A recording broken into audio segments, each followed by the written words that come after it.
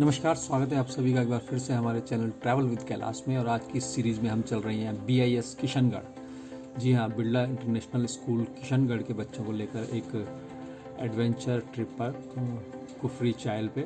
अभी फ़िलहाल हम स्कूल में हैं। स्कूल का पैरामिसेस आपने देखा, शानदार बिल्डिंग है किशनगढ़, जो कि अपने मार्बल्स के लिए भी जाना जाता है। वहीं पे इस स्कूल का कैंपस है। और किशनगढ़ पे पहुँचकर हमने ये देखा एक शानदार दृश्य कि डबल डेकर ये एक मालगाड़ी है। मैंने पहली बार अपने उसमें यहीं पे देखी जीवन में डबल डेकर मालगाड़ी किशनगढ़ के रेलवे स्टेशन पर। जयपुर से 80 किलोमीटर दूर किशनगढ़, और यहाँ से हमारी ट्रेन है चंडीगढ़ के लिए। चंडीगढ़ में हमारा होटल शिराज, जहाँ हमारा स्टे रहेगा। और दिन की पहली हमारी जो ट्रिप गई है वो है मशहूर रॉक गार्डन। जैसा कि सभी जानते हैं, मास्टर नेकचंद जी ने इसका निर्माण कराया था। एक वेस्ट मटेरियल से बना हुआ बहुत ही शानदार रॉक गार्डन, एक पार्क है, एक इको फ्रेंडली पार्क जिसे आप कह सकते हैं। एक अकेले व्यक्ति की कई सालों की मेहनत के अथक प्रयास के बाद ये वजूद में आया। चंडीगढ़ की पहचान और चंडीगढ़ की शान रॉक गार्डन दुनिया के सबसे ज़्यादा फेमस गार्डन में शुमार है। इंडिया के मशहूर रॉक आर्टिस्ट नेकचंद सैनी जी ने इसे वेस्ट मटेरियल से करीब 40 एकड़ में इस गार्डन को तैयार किया। नेकचंद जी ने 1957 में ये कार्य शुरू किया था और करीब 18 साल के अथक प्रयास के बाद वर्ल्ड फेमस इस रॉक गार्डन को तैयार किया। पंजाब के रहने वाले नेकचंद जी पहले लोक निर्माण विभाग में सड़क निरीक्षण के तौर पर काम करते हुए प्रसिद्ध सुखना झील के निकट जंगल के एक छोटे से हिस्से को साफ करके औद्योगिक और शहरी कचरे की मदद से वहाँ एक बगीचा सजाकर लोगों को एक अनूठी जादुई दुनिया से रूबरू कराया, जिसे हम रॉक गार्डन से जानते हैं। इस गार्डन का उद्घाटन 1976 में किया गया था। नेकचंद जी अपनी खाली समय में साइकिल पर बैठकर बेकार पड़ी ट्यूब, लाइट्स, टूटी फूटी चूड़ियाँ, प्लेट, चीनी के कप, फ्लश की सीट, बोतल के ढक्कन और तरह तरह के कचरे बीनते थे। उन्हें यहाँ सेक्टर 1 में जमा करते थे और इस कचरे से कलाकृतियाँ बनाना चाहते थे। उन्होंने अपनी सोच को आकार देने के लिए इन सामग्रियों को रिसाइकिल करने की योजना बनाई और फिर वह रोज़ रात को गुपचुप तरीके से साइकिल पर सवार होकर जंगल के निकल जाते। यह सिलसिला करीब 2 दशक तक चला।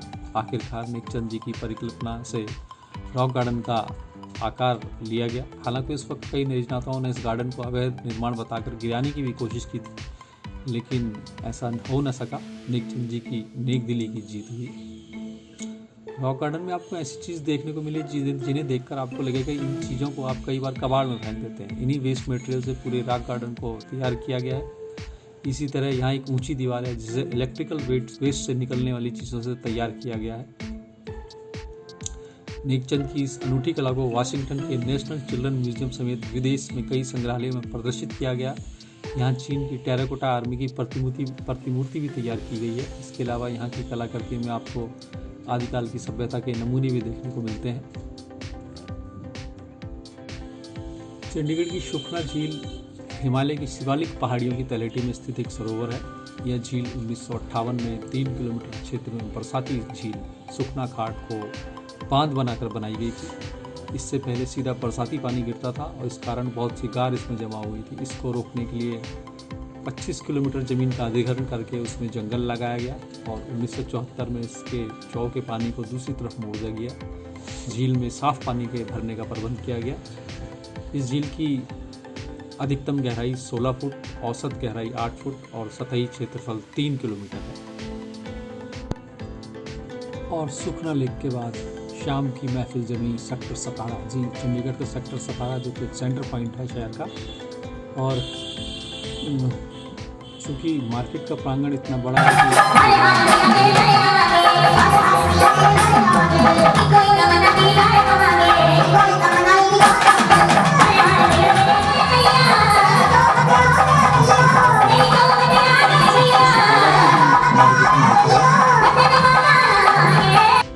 विशाल दरबार लगा हुआ है, भव्य दरबार। तो इस तरह सतारा की मार्केट में हमने बच्चों को छोड़ दिया। उन्होंने अपनी शॉपिंग वगैरह यहाँ की एंजॉय करके रात हम बैक टू होटल, और चूँकि अगले दिन हमारी कुफरी की तैयारी थी चलने की, तो इसलिए होटल वापस आ गए। और अगले दिन कुफरी जाते हुए हमने रास्ते में हाल्ट लिया पिंजौर गार्डन का, जी, जिसे कि यादवेंद्र गार्डन भी कहते हैं। हरियाणा के पंचकुले ज़िले में स्थित है ये, और 17वीं शताब्दी का बना एक खूबसूरत मुग़ल गार्डन है, जो कि विशाल 100 एकड़ क्षेत्र में फैला हुआ है और समय बिताने के लिए एक अच्छी जगह है। ये अपने हरियाले फव्वारे के लिए दुनिया भर में प्रसिद्ध है। दुनिया भर से पर्यटक इस मुग़ल गार्डन घूमने आते हैं। पिंजौर गार्डन कौशल्या और झज्जर नदी के पास स्थित है। पंचपुरा से इसका नाम लिए जाने के कारण इसका धार्मिक और ऐतिहासिक महत्व है। दरअसल पंचपुरा को पांडवों के शहर के रूप में जाना जाता है। पिंजौर गार्डन भारत में टेरेस गार्डन का एक अनोखा और उद्भुत उदाहरण है। बैसाखी के दौरान अप्रैल से जून के बीच हर साल मैंगो फेस्टिवल का यहाँ आयोजन किया जाता है। और यहाँ से हमारी यात्रा शुरू हो चुकी है पहाड़ों की तरफ।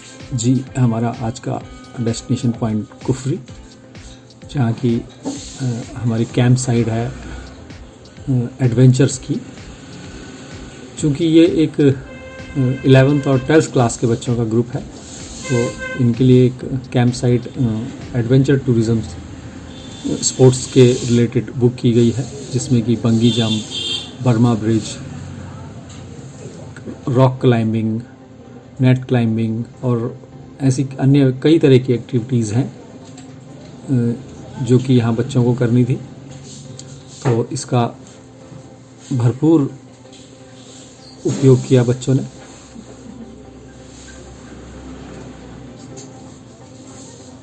और देख सकते हैं आप, बिल्कुल हमारी कैंपिंग साइट के बगल में ही ये नेट पे क्लाइंब करते हुए।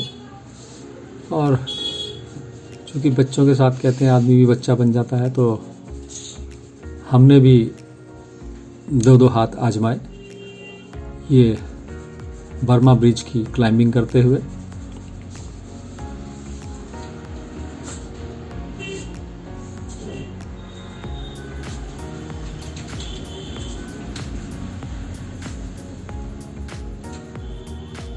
और इस तरह दोपहर तक हमारी ये एक्टिविटीज़ एडवेंचर कैंप में चलती रही। और ये कैंप साइट होटल की मेरे कमरे की खिड़की से दिखता हुआ नज़ारा। तो आफ्टर द लंच हमारा प्रोग्राम यहाँ से निकले कुफरी के लिए। और कुफरी में जो व्यू पॉइंट पे जाने का रास्ता है वो ये आप देख सकते हैं। हालांकि रास्ता मोनोपोली का शिकार है, ये जानबूझकर नहीं बनाया जाता ताकि स्थानीय घोड़े और खच्चर वालों का रोज़गार ना छिन जाए। आप चाहें तो पैदल भी जा सकते हैं, लेकिन रास्ते की हालत इतनी बुरी है कि आप उस पर पैदल चलना पसंद नहीं करेंगे, इतना उसमें कीचड़ बन चुका है। और इस तरह से फिर कुफरी के व्यू पॉइंट के बाद हम चले शिमला। शिमला में जो पहला हमारा पॉइंट था वो था जाखू हिल पे हनुमान टेम्पल, जो कि मशहूर है अपनी एक हनुमान जी की विशाल मूर्ति के लिए। और एक पौराणिक महत्व भी है यहाँ का कि जब लक्ष्मण जी को संजीवनी लगी थी तो हनुमान जी ने उस वक्त यहाँ पर हाल्ट किया था, शिमला शहर का भव्य नज़ारा देखते हुए। और ये जाखू टेम्पल, अब चूँकि यहाँ पे एक रोपवे की सुविधा भी चालू हो गई है, आप पैदल मार्ग और रोपवे के जरिए यहाँ तक पहुँच सकते हैं जाखू टेम्पल में। और ये वो विशाल मूर्ति जिसके बारे में बात की थी, हनुमान जी की अपनी विशाल मूर्ति के लिए शिमला शहर में आप कहीं भी हों, मूर्ति की विशालता का अंदाज़ा इस बात से लगाया जा सकता है कि आप उसे दूर शहर से देख सकते हैं। और इस वक्त मशहूर शिमला के रिज पे, जी, चूँकि मैंने कहा कि शिमला में इतनी बार आ चुका हूँ कि ये रिज जो है इस वक्त इस रिज पे हैं हम। मशहूर पीछे चर्च आप देख सकते हैं, सचिवालय यहाँ पे, रिज मैदान, और ये मशहूर शिमला का जो चर्च है। और ये वो मेरी मनपसंद जगह है या फेवरेट जगह कहें, जहाँ मैं पहली बार शिमला में आया था तो इसी जगह पर मेरा एक फ़ोटो था, जिस वजह से मैं जब भी शिमला जाता हूँ यहाँ ज़रूर एक फ़ोटो लेता हूँ। ये अपने स्कूल के बच्चे। बिरला इंटरनेशनल। इसी के साथ सीरीज़ ख़त्म करने का समय आ गया। सीरीज़ कैसी लगी कमेंट सेक्शन में ज़रूर बताएं। देखने के लिए धन्यवाद।